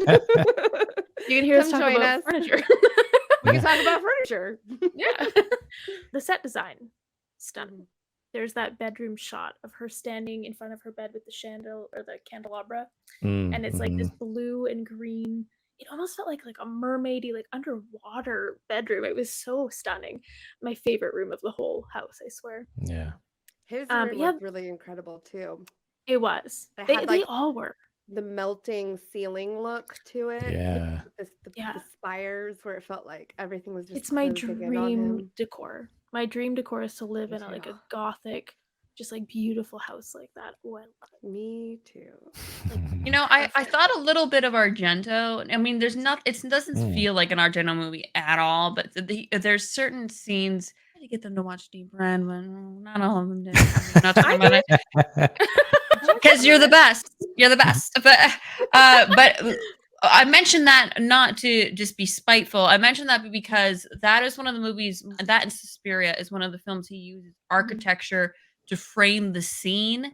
And a combination of where the camera is in relation to the architecture more so than the characters to make this very unique looking scene. And I feel like that was very much done more so than any Del Toro film that I've seen 100%. in Crimson By far. Peak. Yeah. You know, Yeah. yeah, you're right. And I think that what solidifies it or creates some consistency with Del Toro is the fact that he does typically use a lot of color grading. Like he tends to pick colors. Shape of Water, most of it was very green, Yeah. very blue. Yeah. Mhm. I wonder why. I was gonna In say. Crimson Peak, he's telling another story with color. Instead, he's going from these more hopeful colors to much more darker, more ominous colors. He's very literal. Still a with lot of it blue in though, Crimson and Peak. blue green. Lots of blue. Yeah. Yeah. Certain scenes like flipped though. There was like, warmer toned ones and cooler Yeah. toned ones. Or it was Yeah. in the scene together, depending on what you were focused on. Typically, her character, the main character, she was always lit warm. Always. Yeah. She was always Or wearing wearing warm warm. colors. Yeah, like She was yellows and stuff. lit with candlelight. While you look at Jessica Chastain's character, typically lit by natural cool light, the lighting from a window versus candle. Yeah. So you saw that juxtaposition a lot between those characters. And it's obviously intentional. Like, Oh because yeah. you feel it no and doubt you about it. notice it. Mhm. Yeah. Absolutely. Yeah, and going back to what Emma was talking about, because the house itself is a character, Mhm. so of course, like that's what they're doing. They're trying to like create that with the camera, help you feel like, oh yeah, the house is very much alive itself Mhm. as well with these people. Yeah. The And ghosts feel like they're part of the house too. yeah, exactly. Like they're Yeah. one and the same. hmm Yeah. Yeah, and They like crawl out of the floor. yeah, Like one the of the things. cinematic masterpiece that is 13 Ghosts, the remake. Not a joke. Not a joke. No? It's one of my favorite Oh. movies of all Perfect. No, time. I love that movie. That was so funny. It's not meant to be funny, Brian. It's serious. It's literally one of my favorite movies of all time. So good. That's so funny. It literally is. Tom Hiddleston, who's a very passive character in this movie. Yes. Yeah. And Did sexy. you guys get Dracula vibes from Crimson Peak? Because I felt No. like Charlie. I felt. I didn't. Moving on. No, I don't mean No, no. moving on. Let's Next end it. question. I mean no. I just don't see it. As the same way Oh I do. yeah, I want to so hear more. do. I feel like Tom Hiddleston's character was very much like a Dracula character, trying to bring in a bride, like that he slowly falls in love with, and he's got his like evil other half version, which is his sister, I guess, in this. But then you had Charlie Hunnam playing Dr. Ugh, Alan McMichael, who felt why? very similar to like a Is that Harker Charlie character. Hunnam? I thought I Yeah. recognized him. By Little Sons That's of so Anarchy. funny. Yeah. I mean, I he like was Charlie Hunnam. I adequate. think He was he's very adequate in it. He talented. wasn't bad, but it was distracting. The Oh, thing was is it? about I the don't think he was Dracula. bad at all. I didn't say bad. I said he wasn't bad, but for me, but because I know who he is. If you don't know who he is, it wouldn't be Okay. distracting. You know what I I mean? drew a Yeah. blank. Wow, Yeah. I'm an idiot. Because if we were to say this was like Dracula, I would definitely say Tom Hiddleston's a Renfield, and Jessica Chastain is definitely Dracula. He's her Oh, I puppet. would look at them as one and the same. I wouldn't. No. like, them as He the is definitely character. subservient to her. Crystal, Well, yeah. back me up Oh on this one. no, I'm not disagreeing with you No. on that. I'm saying I think that if I Doesn't were to agree with me. compare Dracula, I'm saying Jessica Chastain's character and his character are one person, and they're both Dracula. That's No, it. they're I'm not equal. saying- He's subservient to her. That's why he betrays her in the end. He's Well, I not think happy. they're like two sides of the same coin. No, they're That's not. what I'm saying. Yeah, two Yeah. sides of the same coin. I'm saying that Dracula is subservient to his own needs as a vampire, and he did not want to bring Mina into it. He was trying to stop himself from that. Oh no, he wasn't. He totally Yes, he wanted was. her, and because she was his Yes, true he love, not was. because she was food. But Tom But Hiddleston, he they didn't want needed her the to be a money, and he vampire. felt He bad. wanted to be with her. Oh my goodness, we're watching two different movies. I guess so. I don't know. I just felt like he felt it was necessary for the money. He doesn't really want to trick any of these women, and he happens to fall in love more so with her character. And it But just, she's strong-willed. She's not just some rich girl. She's well, I would say Jessica Chastain's very strong-willed. I think he doesn't really, he goes along probably with why he's whatever his attracted sister to both of says, but he's them. not somebody that ever stood up for himself. He didn't stand up for himself when she killed their parents. And that's part of what holds him on to changing. It's kind of a guilt factor. He doesn't really he just kind of feels like a ghost himself, wandering Mm. through his sister's psychosis. I really see Yeah. her as the main big bad and the main power in the movie. Although you do not relate to her because she is pretty not really flattering. But you do understand her and why she does the things she does. Yeah. Yeah. Well, But they can be they're the not same very- side of the two coins, though. Too. I'm just. Oh, I'm not I doing. mean, I see, folks. I don't do this to be contrarian. I just like it's adding to the conversation. Doesn't Yeah. mean I'm right. It doesn't because Oh, I'm usually if not. anybody ever thinks that me and Emma have a problem, you're wrong. We just have really passionate ideas and thoughts. We're just about super things. loud. That's true. And we're loud. That's all. Don't Also get true. uncomfortable. We're okay. Point. No, I Point. see Get what used you're to it. saying, Point. and you're right on that. I agree with that a lot. I think that the way this is filmed and the way that the characters are developed, they're not one-dimensional, which is really good. Like the fact that the big bad, Jessica Chastain's character, you do understand her. Like she has this dimension to her in this story that's so interesting. That controversial thing is that this is my favorite Guillermo del Toro film, and Is I that think that's controversial? a lot of. Oh yeah, I think every time. Well, I this say movie Creepin' was Peak is marketed my favorite, people wrong. are like, The what? The trailers, all when of it? I remember, I was super excited when this came out, and I remember watching all those trailers. That's something that I don't know if you guys agree. I mean, Justine and Crystal are kind of biased to agree with me on this particular topic because we love horror so much. Is that if a trailer really misleads you to the tone of the film, it's really going to affect how you feel about it. I feel Oh, horror yeah. is more susceptible to that than most genres. Yeah. So it feels, and then comedy second, because those are both the hardest genres to really pull off, I feel, is that they made it out to be more of a scary, the ghosts are scary, very scary, lots of ghost movie. Yeah. When it's That's more of a what I gothic read. romance. Gothic horror. Yeah. Yeah. Well, I also think people just don't understand what gothic horror is. Like, I think a lot of people miss out on what makes something a gothic horror, and how if you say like this is a gothic horror, that doesn't necessarily mean it's going to be super scary all the time. Right. Typically, Not gothic one horror- Visigoth invaded anything. typically gothic horror has that romantic element as well as like some sort of architectural thing going on for it. That's why I like that. Not one Bauhaus song played in the background. I do think that it is a controversial opinion just because typically people are like Pan's Labyrinth, Shape of Water. Oh, Crystal, what's your favorite Guillermo del Toro? Well, this one's up there now because I had never watched it. I do love Mm. Pan's Labyrinth, though. I do. I think it's It was a my stunning favorite movie. until Crimson good. Peak was Pan's Yeah. Labyrinth. It's This so one's good. What coming about in- you, Brian? coming What's in your close favorite too. Guillermo del Toro? Oh man, that stuff. I love Nightmare Alley. I haven't Nightmare Alley is seen pretty Seen great. that yet? I have not seen Yeah. that one.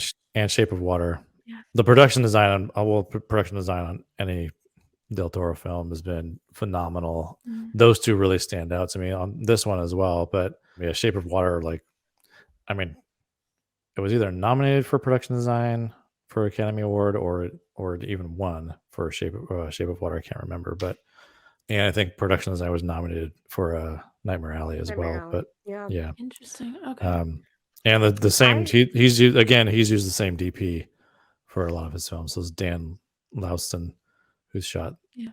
a lot of Del Toro films. Did he So- do my favorite Del Toro film, Devil's Backbone? Oh, Devil's I don't know. Backbone. He shot all the John Wicks. Ooh, I love that movie. He also did Silent Hill, and I love Silent Yeah. Hill. And Guillermo Brotherhood of the Navarro. Wolf. Have you guys seen Brotherhood of the Wolf? I I haven't seen haven't, it. no. Brotherhood of the Wolf? Man. Yeah. Yeah, I have seen that one. Yeah. That's pretty great. I like that one. Yeah, it's kind of it's like out there. werewolf Like, yeah. movies. That's true. Yeah, I like Cronus too. It's one of my favorite. It's like in my top 13 vampire movies, Oh. which I know is also controversial because Is it? Well, because it's not like it's not the typical way you suck blood kind of a thing. Yeah. Yeah. It's right up there with like is 28 Days Later a zombie movie? Mhm. Shout out to Blade 2, also directed by Guillermo del Yeah. Toro. Which is my Vampires favorite in that of are Blade 2. scary. Yeah, Yeah. that's a popular opinion for a reason because it's very good. The second Blade. Yeah. Yeah. It also has a lot of that Hellboy-esque Golden Army feel to it. Yeah. No, it totally so- does. Yeah, that's yeah. right. Doug Jones is in this. Oh, as I was well, thinking like- about Yeah. He uses Doug Jones a lot. Oh yeah, as he Mhm. should. Doug Mm, Jones yeah. probably is like one of the hallmarks of a Guillermo del Toro feature Yeah. that Yeah. makes his movies. I mean, I'm loving him in Star Trek Discovery, man. Yeah. That's this guy. I've heard right? He's- good things. Yep. yeah. Uh-huh. Yeah. And he played the satyr. Is it a satyr or a The And Pan's Pan. Labyrinth. pan? Yeah. So they call it something else. They call Yeah. it something else. Yeah. I forget what And he it's was the called. creature and Shape of Water and Mhm. I haven't seen Shape of Water. I have to watch What? it. Yes, I you know. guys- You both are the Gilman girls. What's going We are. on? We are the Gilman Yeah. girls, and you get that. You get all the You gills. get that? You get Yeah. all the gills. Uh-huh. It's on my All the list. gills in I that will one. watch it. I promise. I'll watch We it. also have 2 vampire films on our list to Yeah. talk Oh, yeah. about. I noticed that. Mhm. 2, which I honestly think makes sense because vampire films can be so cool. We've talked about this in our vampire episode. They can be fantastical. They could be Yeah. out there. You can really lean in with a lot of things around vampire films. And these 2 particular movies do so with atmosphere a lot. Mhm. Mhm. And that's Let Me In, American remake of Let the Right One In, and Byzantium, which is another film by the same director who did Interview with the Vampire. Matt Reeves. Yes. Matt Reeves So directed I- it.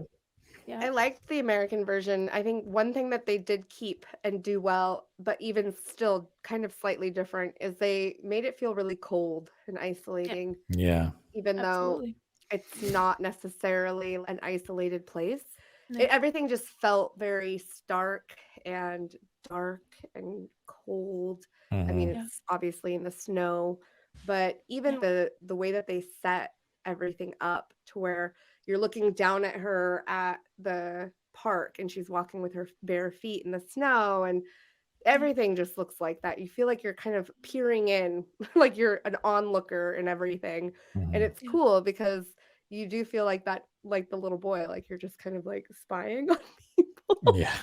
And they did a good job with that. And there's a lot of mixed color use. Every time they're outside together, it's always that orange glow coming from those lamps, which is a very like Real. LA, old LA was kind of known for that. Their streetlights were this very orange. So there was always this look of LA when it was shot on Mm. film. and because they had this like certain kind of chemical in it that had give this orange.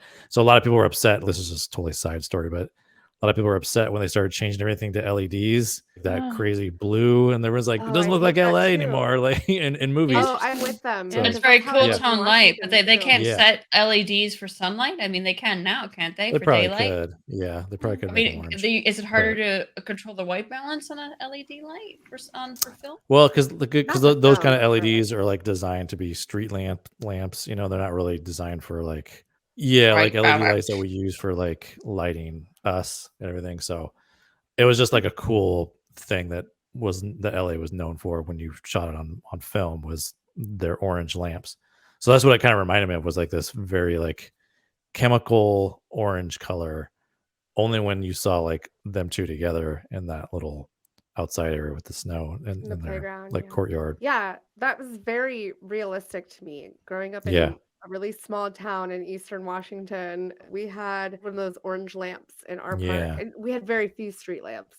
So Mm. everything in the winter, the snow is cold, the sky is Mhm. cold toned, everything is cool toned, Yeah. and then you get to those orange lights, and they are very different, and they have Yeah. this. Yeah, It's a whole atmosphere. Totally. is. Yeah. And they totally captured that. Yeah. Yeah. There's something else I I agree. noticed in this. I don't know without looking up, but certain lenses react to lights differently. And this one had some cool kind of lens flares every once in a while. So that told me that it might have been shot on an anamorphic with anamorphic lenses, but then it didn't seem like it was anamorphic. So it could have been like maybe they added these in post, which can sometimes be done, which like J.J. Abrams like went crazy with lens flares in Star Trek. And I have a feeling like they started adding those in post, and there's just like lens flares. There's like a joke that went on about J.J. Abrams and his damn lens flares. And the thing was that may have just been natural from the lenses they were using. Anamorphic lenses it didn't feel like it was anamorphic as far as the aspect ratio of the film was, but it did from the lens flares. So that's why I'd have to look up more research on it. But an anamorphic lens, like really, like when you shoot anamorphic, it compresses the image this way, and so it looks really funky, like everyone looks skinny in the image until you do it until you like edit it in post, and then you have to stretch the image back out again to make it back to normal. But because of the way the glass is, it reacts to light like that, and you get these lens flares naturally. Is it similar to a camera, like the longer the lens, the slimmer folks look, or anything looks, as opposed to a wide angle where everything looks a little bit? No, not really. So that has to do with focal length, basically. Oh, that's what I'm and, talking like, about. Yeah. So yeah, so and how, anamorphic. like- Can you describe that again quickly, like for like pretend I'm a 5?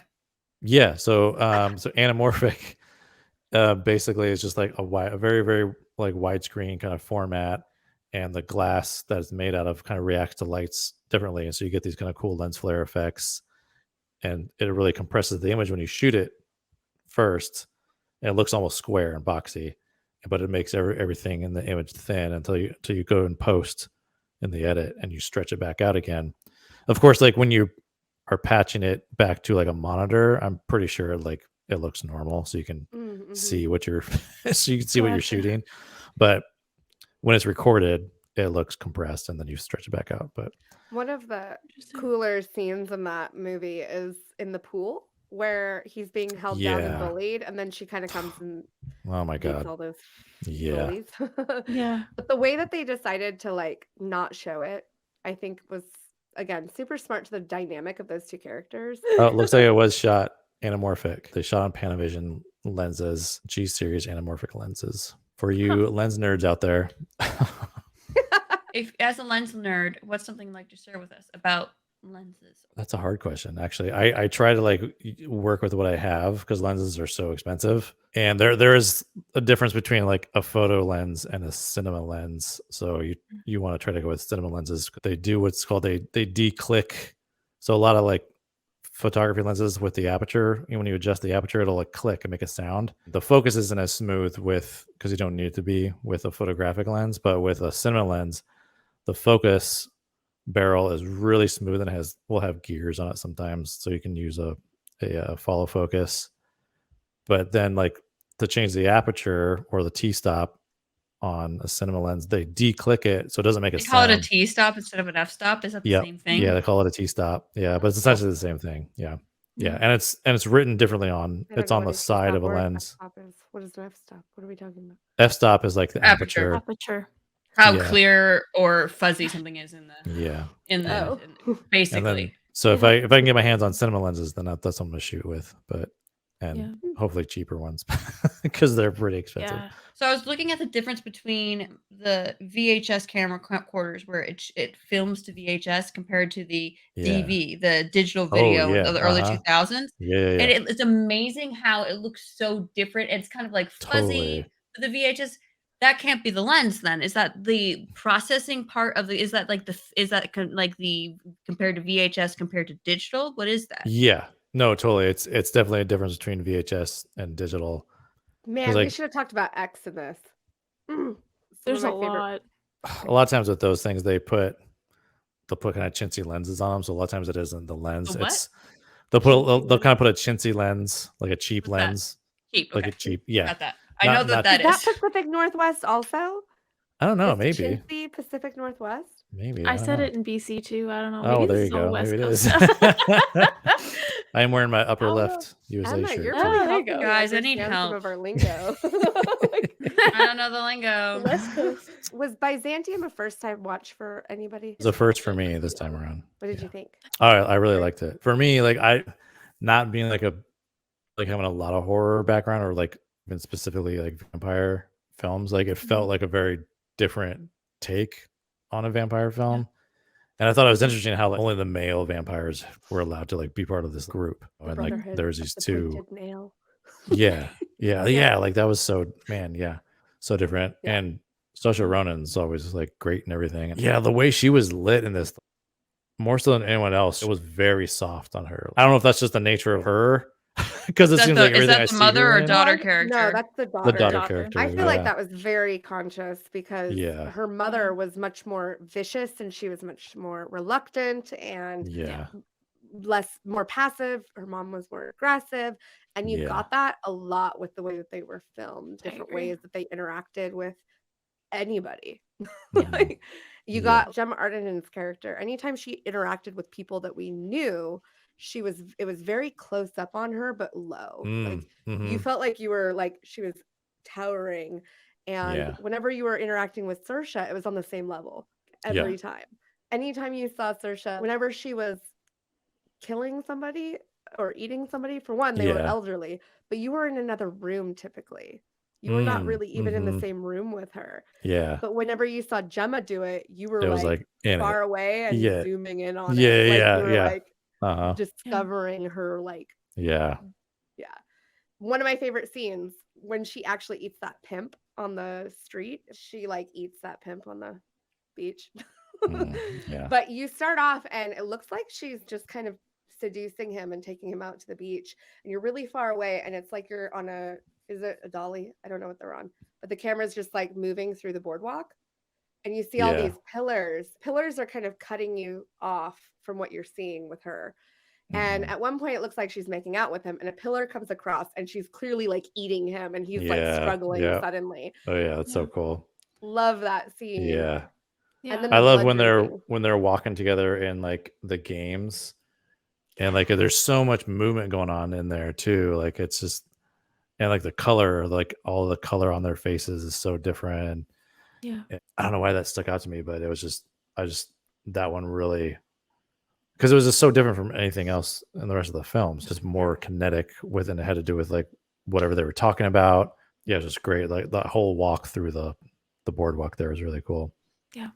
I agree. And then Crystal, we talked about this in the vampire episode a lot, where she picks up the rag and drinks the blood from the rag.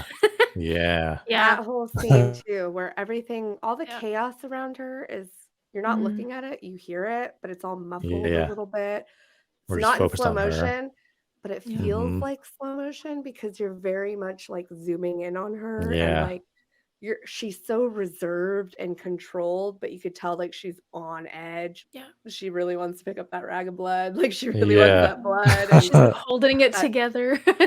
haven't even Well, gotten she's so into delicate character with develop it, yet. right? Yeah, Like, she's just yeah, because it's such a Yeah. precious thing. Yeah. Mhm. Yeah, it's food. Mhm. Yeah. And she didn't I love have to I love hurt that anybody to get it.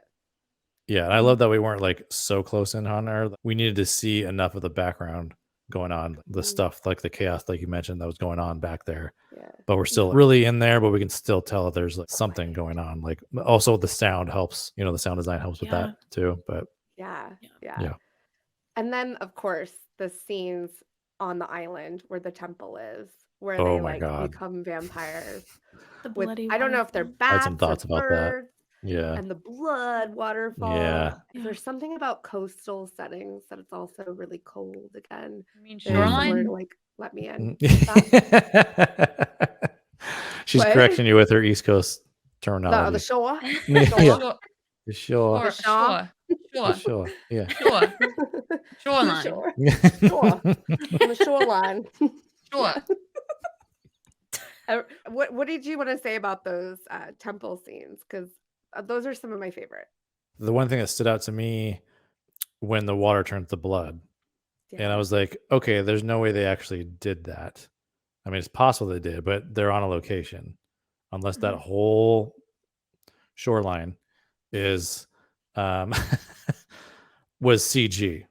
The easiest way I can think of is like that was a post color grading effect, because you could totally just change that water in post to look red if you wanted to, The way or it whatever looks on color. her chest when she's Yeah, and under that it. probably could have been added, Have you, right there too. But yeah, that part like threw me off. I was like, how did they do that? So Like, you it's don't think either they all dyed the whole CG. waterfall?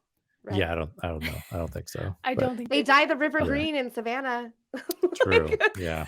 So They do in Chicago every year. So yeah. But Is that like a St. Patty's Day thing? yeah. Yeah. Yeah. Really? Huh. Yeah. Is there anything that stood out in Byzantium for you? How they lit Saoirse compared to like Gemma Gemma Arterton. Arterton's character. There's a lot more shadow play with her too than with Saoirse's character. For obvious reasons. Like she has a darker character. She's kind of like Mhm. has to stay and play in the shadows. I think the only one real like moment was when it was early on in the film when she meets that gentleman and he starts breaking down and crying and talking about like, and she actually is gentle with him. That's the only time that I really see her like that. And she's in a very like kind of vulnerable position. She's down low. The camera was level with her. It would never like look down really on her. Mhm. It never really gave her like power. She was either like Mhm. neutral or it was like looking down on her. I feel like that was the only time we saw that with that character. Every other time she was in power, and in Mhm. control. Yeah. So Sean Bobbitt shot this. He's one of my favorite cinematographers. He's my favorite now too. This movie is beautiful.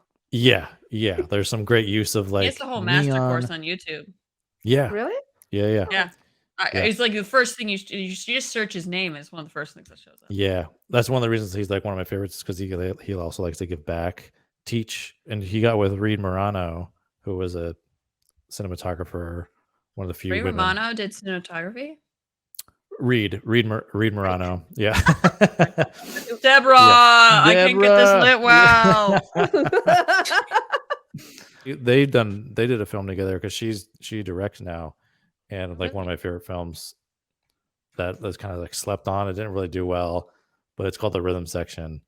And Oh, I've heard of that. yeah, I loved it. Sean Bobbitt did an excellent job, and I felt like Reed Morano did a great job on it. Yeah, I just love the way he uses color in this, and like neon too. There's like, the Byzantium like sign is so cool looking, Yeah. I'm and glad they like used it for use the that. cover. Yeah, exactly. Yeah. Yeah. But I love that like he's like one of your favorites because of this movie. Yeah, I have Yeah. to go check out all of his other work. I think the only thing I've ever seen He's- besides that of his was the remake of Old Boy, which I don't think he did bad Oh. with the cinematography of that. I also saw like 12 Years a Slave and Yeah. A Place Beyond the Pines. Those Have you seen are- Judas and the Black Priest? I have not seen that yet. No. But That's good. it's definitely on my watch list. Yeah, that was one of my Ken favorite play movies Blake in last the year. Law on the guitar. I love both those actors. Mm. And both of them were in Jordan Peele films, correct? Yeah. Right? Yeah. Mhm. Yeah, Daniel Kaluuya and Lakeith Lakeith Stanfield. Yeah. Yeah. Get Out, obviously. Yeah. Yeah. I really like Byzantium. To me, it's like Mhm. it's a good allegory for the different types of strength that women have. But Yeah, it's yeah. also, That's what I was getting to. it feels like a retelling almost to me of Interview with the Vampire, but with a mom and a daughter instead No, of I a was totally getting maker that and vibe too. Yeah. thing. hmm Yeah. Only because I feel like every vampire story has this element of like the reluctant vampire and the not so like the embraced Mm. one, the one who's hmm embraced who they are, and the reluctant Yeah. one who regrets the creation of it. Yeah. Yeah. Yeah. So we picked a few films we all could watch for cinematography, and one of the ones I picked was Manhunter from the '80s, and Brian and I are the Yes. only ones that watched it. But I ran out of time. sure you I'm really did. disappointed I haven't. Tell me what it's about. Me too. Yeah, it's actually I'm glad that they like yeah, there it is. It's the the first of the Hannibal Lecter stories. But I'm glad that you brought this up, Emma, because like it's been one of those things on my list I've been wanting to see for a long time. It's a You're a Michael Michael Mann Mann. fan? Yeah, Michael. Oh yeah, I love Michael Mann's movies. Heat being like my all-time favorite, and Dante Spinotti was the DP on this, and I didn't really know this until I started digging into it because like what stuck out to me was like there's so many parallels from the cinematography perspective between this movie and Heat. I mean, I haven't there's seen that one. yeah, He it's did kind of Red crazy Dragon because there's also. what's that? Yeah, he He did do. also Yeah, he shot Red Dragon also. Yep. But Manhunter's better Yeah. style. superior. I Yeah. believe I he's do no, I superior. do like Red Dragon, but I just like the style of Manhunter a lot Yeah. more. He did Quick and the Dead. Yeah. That's a great And movie. he's That's a he's great got that a movie. movie. he's got a really good He did a yeah, he's lot. got a great filmography. I mean, Yeah. he's done a The lot. I mean, design of that movie is why I like it too. yeah. Yeah. I mean, he It's did like, Last of the sorry. Mohicans, The Insider, Public Enemies. So he's done he's worked quite a few times with Michael Mann. All those are Michael Mann films. Quick and the Dead Wow. and Red Dragon, even like comparing Manhunter and Red Dragon, that's a perfect example of the director DP relationship, I think. Oh, really? Let me You know what I mean? because Like what do you because it looks so consider? different, right? It looks Like completely yeah, different. Completely, it's the same story too. It's yeah, not. There's a exactly. little bit of a difference there, but it's hmm really essentially the same story, and it's both very talented directors, and Yeah, both the film exactly. both films very much represent the book. There hmm is some changes, but Yeah, you see the same characters play out, and it's fascinating. yeah, They're it's so really good to crazy. watch together. hmm I think why I lean towards Manhunter is more of it's very 80s, but without being Yeah, like gross 80s. It's just yeah, yeah, I love yeah. so I have this theory, okay? I can't Mhm. find confirmation, but the fact that we see Francis Dollarhide whenever we see him working, whether it's in the video lab or in his house, it's very green, that blue Mhm. green look. I feel in Silence of the Lambs, which for folks that Manhunter came out first, then Silence of the Lambs, then Red Dragon as Yep, films. yep. Mhm. So when in Silence of the Lambs, in the end, when he puts on the night vision goggles, Yeah. I feel like that's an homage to Manhunter because it's the Oh, same damn. look, Okay. and we get that POV when Yeah. he's hunting Rita, the blind woman he's dating. Yeah, yeah, It yeah. really feels like Yeah, a no, mention to that. totally. Yeah, yeah, yeah.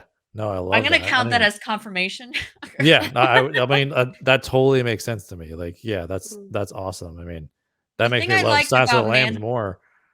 Yeah, really? Because yeah, yeah, Well, yeah. that's my favorite out of all of No, the totally. Thomas Harris adaptations. It's Yeah, obviously yeah. even in an objective sense, it's the best movie, like of a Right. story structure and the way it's shot. Even though they're all No. good, Yeah, except yeah. for Hannibal Rising, whatever that was. Right. But I Yeah. don't count that. Well, I was gonna mention too, like one of the things I appreciated more about Silence of the Lambs was like the build up to Hannibal Lecter. Like they really built up this moment to meeting to where Clarice meets Hannibal Lecter, where they didn't That's a lot really of moving camera work when Dr. yeah, Chilton is giving her the rundown and they're going down the exactly. stairs really Yeah. fast. Yeah, yeah. And they're just really building up this moment where like Manhunter, I was kind of like let down, like not really let down, but I was like, oh, okay.